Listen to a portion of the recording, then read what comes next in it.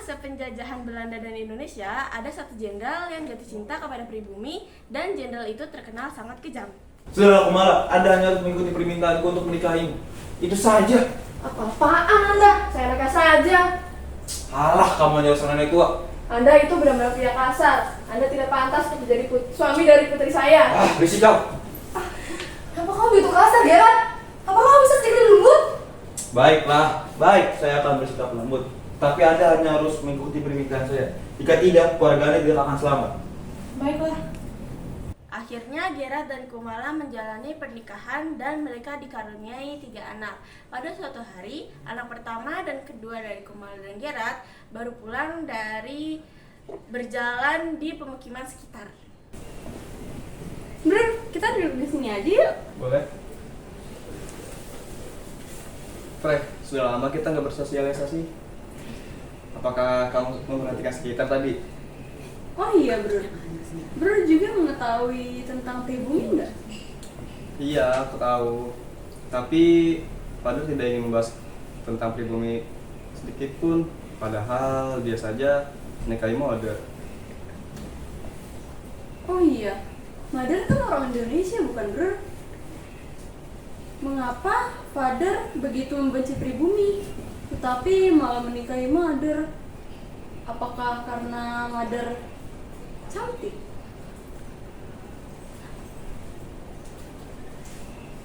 Good morning, Brother Adar dan Sus Freya. Sedang ngebahas apa sih? Tadi aku dengar ada Indonesia gitu.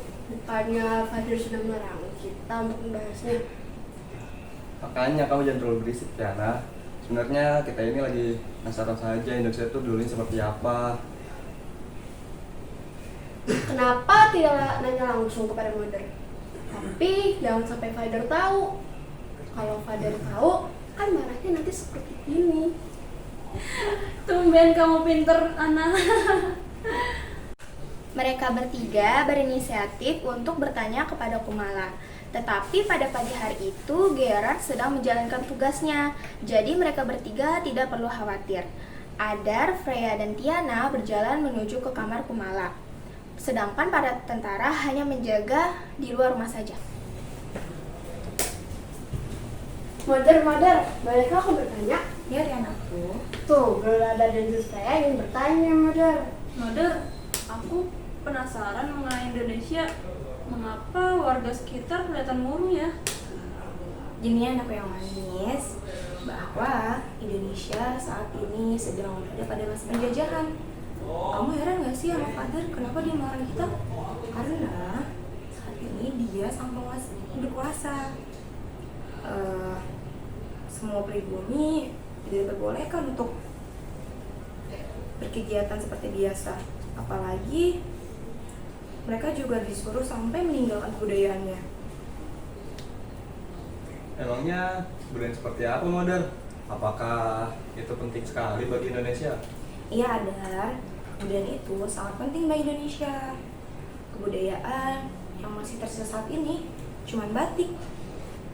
Batik menjadi salah satu ciri khas di Indonesia yang sangat dicintai oleh warga-warganya. Tapi Father sangat melarang dan membencinya. Peraturan itu pun ditetapkan pada Mother dan kalian sejak dia memaksa Mother untuk menikahinya. Loh, bukannya Father mencintai Mother? Atau Tidak sayang.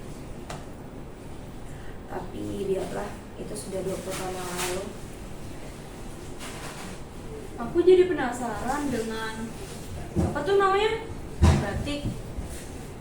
Dari namanya saja sudah unik. Terus saya yakin Father kan tidak suka hal-hal yang berbau Indonesia. Aku takut nanti saya dipukul oleh Father. Yakin kok.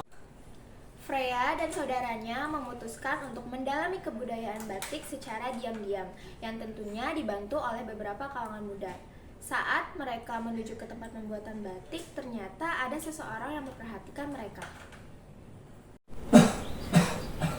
Fred, kurasa dari tadi ada yang memperhatikan kita deh. Orang itu. Sudahlah, ayahku kan seorang jenderal. Sudah, aman saja. Ya takutnya kan mereka tahu kalau kita lagi mendalami budaya batik. Apalagi Jenderal Gerard sangat membenci itu. Siapa tahu dia ingin memata-matai kita. Sudahlah, kita bersikap seperti biasa saja agar tidak mencurigakan. Jaga-jaga aja, Fre. Siapa perempuan itu? Parasnya sangat cantik. Seperti aku tahu, wajahnya mirip sekali dengan istri Jenderal Gerard. Apakah dia anaknya? Hei Hugo, fokus jalan bro. Lihatlah, cantik bukan? Wow, seleramu lumayan juga. Bisa kali Go. Setelah Hugo melihat Freya, Hugo menjadi selalu terbayang-bayang oleh parasnya Freya yang begitu cantik. Dia jatuh cinta pada pandangan pertama, namun dia tidak tahu bahwa Freya sangat mencintai kebudayaan Indonesia, terutama batik. Sementara Adar dan Tiana membantu Freya dengan cara memberikan apa yang Freya butuhkan dan menutup-nutupinya dari Gerard dan Kumala. Karena pada saat Freya ingin mendalami budaya batik, Kumala sangat tidak setuju karena takut hal-hal buruk terjadi kepada anak-anaknya. Pegang ininya dulu. Fre, apakah lancar? Jika butuh bantuan, bilang saja ya. Maaf, aku tidak bisa terjun langsung untuk membantumu. Jika aku terjun langsung untuk membantumu, nanti takut ketahuan father dan mother. Iya, justru aku sudah minta maaf ya tidak bisa membantu banyak. Iya, aku mengerti kok. Terima kasih ya sudah mendukungku. Jadi, apakah kamu mempunyai cara untuk memberitahu orang-orang tentang kebudayaan yang mulai hilang ini? Belum, Bro. Jika aku mempublikasikannya, kemungkinan terbesar aku akan mati. Walaupun aku tahu pasti banyak rakyat Indonesia yang mendukungku. Namun, aku tetap ingin di sini bersama kalian hingga aku bisa melihat bagaimana Indonesia bisa merdeka. Justru tidak boleh berbicara seperti itu. Iya, maaf ya. Sewaktu Freya sedang asik membatik dengan teman-temannya, ternyata di tempat yang sama ada Hugo yang sedang memperhatikan Freya. Mata Hugo terlihat berbinar melihat paras cantiknya Freya. Batik? Loh, bukannya Jenderal Gerard sangat membencinya ya? Apakah aku harus melaporkannya? Tetapi aku tidak tega dengannya. Freya, mengapa harus ada dia di dalam situ?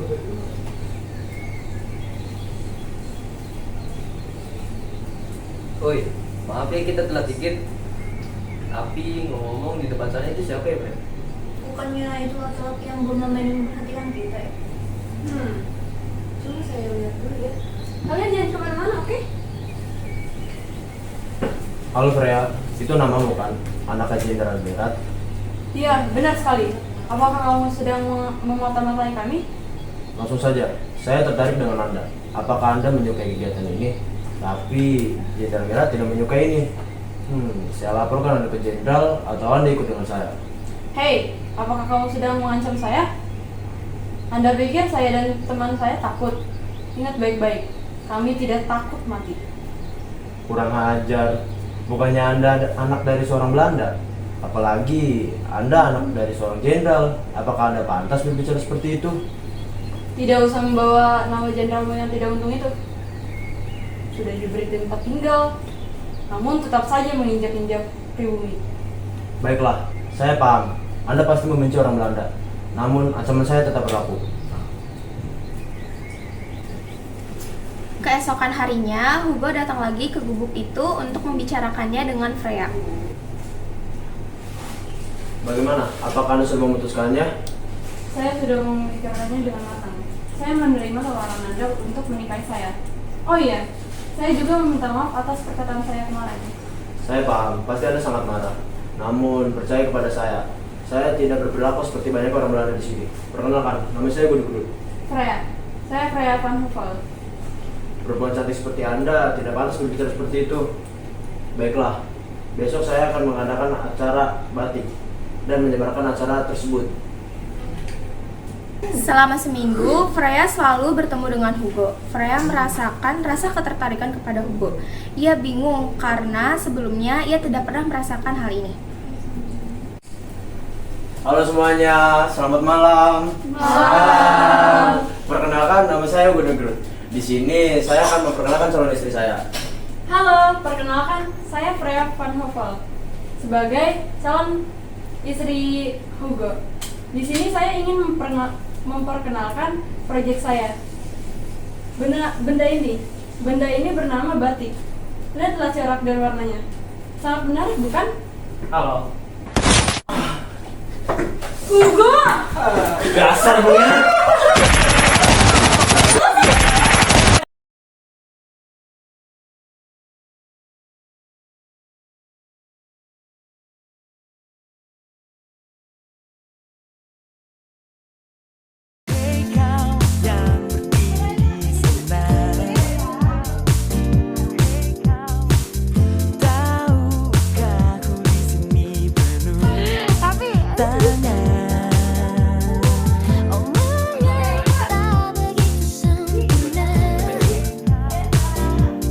Gimana, siapa yang nembak?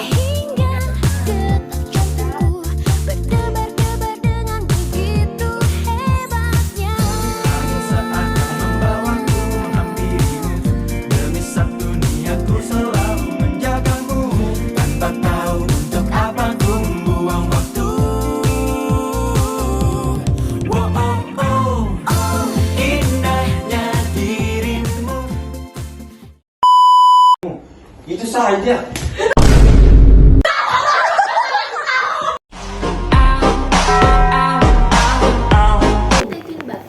Record. Oh iya.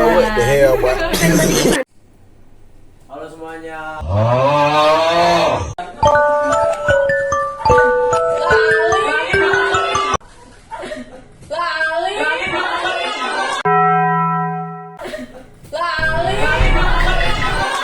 Pasti buka.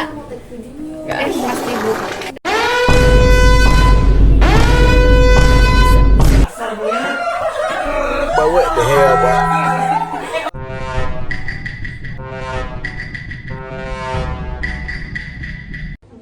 Sudahlah Kumala, Anda hanya harus mengikuti permutuan saya saja. Masuk Kumala begitu.